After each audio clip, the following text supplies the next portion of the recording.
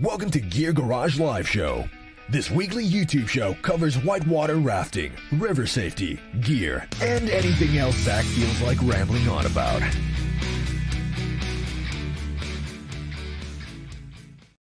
Well, happy Wednesday and welcome to the Gear Garage Q&A live show. We normally do this on Tuesday, but I just got back from a trip yesterday. I thought I'd catch up and answer the questions I've had over the last few weeks. This is a show, again, we try to do every Tuesday at 2 o'clock. It's the holidays coming up, so we're going to do our best to keep it going. And why don't we just get started? Oh, by the way, if you have questions, I'm going to answer questions that have been submitted, but just add them in the comments as we go, and I can get to more questions. And once we're done answering questions, we're probably done for today. So we'll start with the first one. Have you seen this study? And this is a study I'm going to pull up here separately. Share screen. Sorry, it takes me a second sometimes to open things up. It's kind of like a science-y study about wraps and the forces it takes to pull them off. And I think these are fun things to look at if you understand the math and the equations. And I do, because I have a background in engineering, generally understand what's going on here. And it's an interesting study where it basically just looks at the forces on the boat and the friction from the rock and the forces that are generated with this 3-to-1 to pull a boat off. It makes one big assumption that I don't like. And so again, this is fun and interesting. One it's assuming a static friction coefficient of 0.71. You really can't estimate the friction between a raft and a rock. If it was a perfectly smooth rock and a perfect raft, you could. But rocks have inconsistencies with them, and so whenever you're pulling a raft down the edge of a rock, let me draw this a little bit bigger. Let me see if I can get back to me here. I brought the whiteboard so I could do this. The audio hopefully comes through here. If you have a rock like this, and you have a raft wrapped on it, let's say like that, the rock isn't perfectly smooth. There's like little things that stick out. Like the rock itself has little tiny little imperfections that make the friction a lot higher than you can really model. And so in general, I found that, hopefully you guys can still hear me because the microphone's right here. If we're pulling from shore and we pull straight towards shore, it's really hard to unwrap a raft from a rock. It's just very, very hard. So again, you make your little 3-point anchor, you pull on shore. If you pull directly that way, you're just scraping the raft down the rock. And if it's a perfectly smooth surface, it'll probably work. The problem is it's not.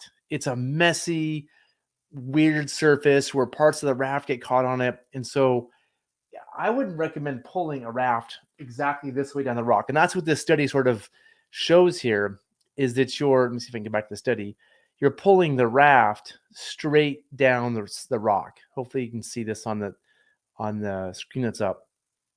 That just isn't effective. Now, and this is how I feel like when people do this, let me get big again.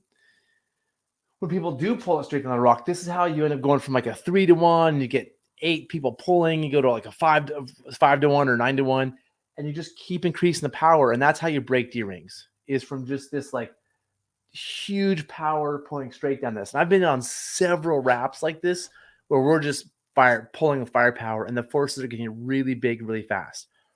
And so in my experience in pulling rafts, what works most of the time is do a 3-point anchor down here and then pull about 45 degrees towards shore.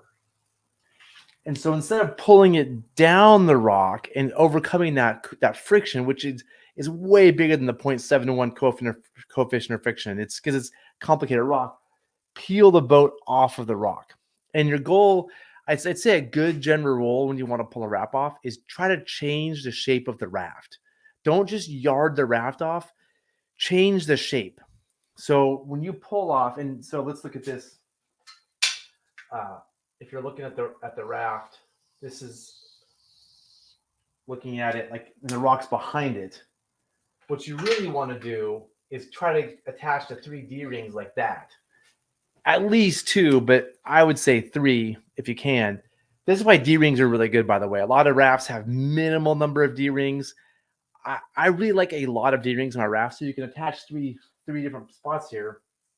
And so you go like this to a 3-point anchor to a center point, and then pull that upstream. Like don't pull it straight down the line, but pull it upstream and just peel this end off.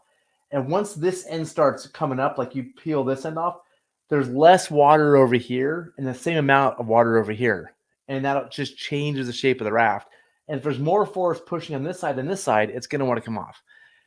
I've had the most luck and the most success doing this. So much to the point to where I kind of go straight to this now. And when pulling wraps off, I'm going to say, like, it's good to try a lot of different angles. Like, try before you just start pulling like this, try a bunch of different angles, try a bunch of different attachment points. I will now look at a wrap and usually go straight to here and assume that's going to work because it's worked for me so many times. And again, you're just peeling off. A lot of times the raft flips, but it comes off, which is great. So that's my take. I think that this study, let's go back to the study. If I can, that works. The study is interesting. It's fun math. It's fun to play with physics. I'm sure this is by some university professor, somebody who uses this as a fun example to talk about some basic, physics principles. But practically, I don't think this is the way we pull rafts off. We're going to focus on changing the shape more than we are just brute force pulling it down the line of the raft. Okay. Let's see if there's a comment. Will Aaron and Zach be joining you? Probably not. I don't know, Heidi. Maybe. Not really doing Friday shows anymore. I'm just doing, I think, this Tuesday Q&A for now. So yeah. Okay. Yeah. And if it's just boring with just me, I'm sorry. Like I'll, maybe somebody else can start a show where they have a cohort that's interesting, but it's just me. Okay. Let's go back to the questions. And the next one is, I saw one of your videos where you bought an Air 130D. Do you still have it? How do you like it in general? And how do you like it for rowing and R2ing? Yeah, we still have it. It's a great boat. The airboats are great. I'm a bigger fan of the 130R. So I bought the 130D. I made a mistake. When I bought the 130D, I meant to get the R. I forget how the nomenclature works. I know now with Air, if it's a double D, it's super diminished. If it's a D, D stands for diminished. I should have known that. And then R is regular. I think it's regular size tubing all around. That's how I think of it. So like R is just regular tubes. D is diminished. Double D is a lot of diminished. I'm not a big fan of diminishing tube boats. I really like having the volume all the same all the way around. It's an opinion of mine. Nobody agrees, but I feel for my opinion, regular is the best. So I like the 130D. It's a great boat. It's great for rowing. I've rowed it a bunch. We use it for our rowing schools. I like the 130R more. That's just my opinion. I don't R2 that much anymore, but if I was going to go R2 something really hard, like something steep, something challenging, I'd probably do the 130D or the R. Either one I'd be happy with. The D, I'm a little less happy with, but you really can't go wrong with that boat. So, yeah, I like it. I recommend it for both R2ing and rowing, but a slight preference towards the 130R. So, well, that's it for the show. I do want to share a couple of things since we have some time and there's no more questions. First of all, I want to go to gorafting.com, which is a sponsor of the show. They're super nice to be a sponsor. And I just finished a guidebook for the Illinois River. Let me see if I can find it here. Let me navigate this website. Let me go back here. And so shop guides, let's see if I can find it. Upper the Salmon, Kern, Upper Klamath. They have a lot of cool guides. So the cool thing about gorafting.com, here we go, Illinois River, is they have these guides you can use on your phone. And I wish I could show you on my phone, but there's really, first of all, they put the guide on here. So if you want to view, if you look for all the information I shared with them about the Illinois River exists on their website somewhere, but you can download this app, and this app has a map of the river. It shows you where you are on the map, and it shows you how many miles to the next thing. And so I listed a lot of my favorite stops, a bunch of the camps. There's a few more camps I didn't quite add because there's so many that change and they're just really, really small. But like the major rapids, the camps, I think like 50 different spots on the river. You can download it. So when you're out in Illinois, you're like, oh, I know this camp is 2 miles away. I know this rapid's coming up. I know our map. And so it's $9.95 if you want to buy it. You have to download the Far Out app. And I think those of you that want to do the Illinois, this is a great way to have a map, because the map, let me see if the old map, there's a book that exists, the only really guidebook, and it's now for sale for $800 on eBay. So I wanted to have this app available. And this really has like a lot of information. Let me see if I can go back to, we can look at the information that's there. We ended up on, go back to Go Rafting. So let's go to, look at the information I put, Oregon, Illinois. So there's all the data I put in the app, except there's some photos that probably aren't here, but like this shows everything I put, all the information. So if you just want the information, it's free on gorafting.com. And I share, you can see all the mileages and the rapids, and there's even more rapids, but I left off all the like class 2s, even some of the easy class 3. But all the cultural, there's a few stops to Native American sites that I didn't put in here purposefully, but there's some ideas for where to go to see some. Let me see if I can find it. Connor's Camp, Hugo Mayer's Cabin, which is a really cool stop that not many people know about. To scramble up the hill to get to it. And same with the thing with Fence Ranch, it's harder to get to. And one of my favorite places on the river, Kalmiopsis Wall, where you can see Kalmiopsis leachiana. We marked on the map so other people can stop and see that one spot you can see that rare flower along the river. And so you can just get the data here. It's all right here.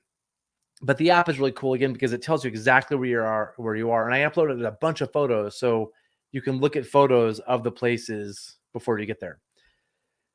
So hopefully this helps anybody looking to do the Illinois. I put quite a bit of time into this. It's $10. The other thing I did that I haven't really talked about that much for the Illinois, again, because so many people ask me, how do I run the Illinois?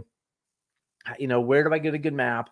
I took time to create a guide's guide to the Illinois River. And I'm going to bring it up here. That download. Sorry, I wasn't going to talk about this today, but I figured I have a little bit of time. So I'm getting it ready here. There we go. Let's see if I can open it up. So I created this PDF that has even more information that I put on the Far Out app, the Go Rafting thing, because there's, that's really meant as a guidebook to go mile by mile. And there's more information that I wanted to share. Let me bring it up here. And this was a fun project to make this thing. And I did a little talking about the place, talk about flows quite a bit, a whole page about flows, which the Far Out app is really good for when you're on the river. I know where I'm at. I know what's coming up. But in pre-trip planning, there's a lot of information about flows I think people should know, and some of my opinions about when to go, the types of flows. And then I wrote a different mile by mile guide. This isn't just the same information for the app. There's like separate. The app has completely separately written information. This is a guidebook I've been working on for like 3 or 4 years that I just also finished, but I wanted to make sure I didn't have the exact same text both places. And so this is completely separate. And there's even a little more detailed information about it here. And then I made this quick reference guide. So I bring this on the trips, especially if I have a new person, say, hey, here's the key stuff you should know. Like maybe laminate this, bring it with you. If you don't want to bring, 5 pages of description, this is sort of the key things that stand out on the trip. evac information that we use, trail access, and then just some information about flowers. And I added a section because I think the flowers in the Illinois are just really cool. And a section I call dangerous nature, about the ways nature can hurt you. So it's a 25-page PDF. It's for sale at riverhardware.com. And I'll show you. Same thing, $10. And so anybody who wants to buy the PDF, this is a great way to like learn more about the Illinois for those of you that want to run it, because information out there is super limited. Let's go. Let me see if I can share screen to show you all that PDF. So if you go to Gear Garage Merch, Rafting Gear, right here, the Guide's Guide to the Illinois River, it's a $10 for PDF if you want this thing. So you have two options now for maps. One, this PDF that you can print out, you can read at home. Two, the guide by Go Rafting. It's also $10 to help those of you that want to run the Illinois know where you're at and have some good basic information. Okay, I see questions, so I'm going to get to that. Go back and make myself pay. Okay, here we go. Several months ago, you mentioned more river contests with cool prizes.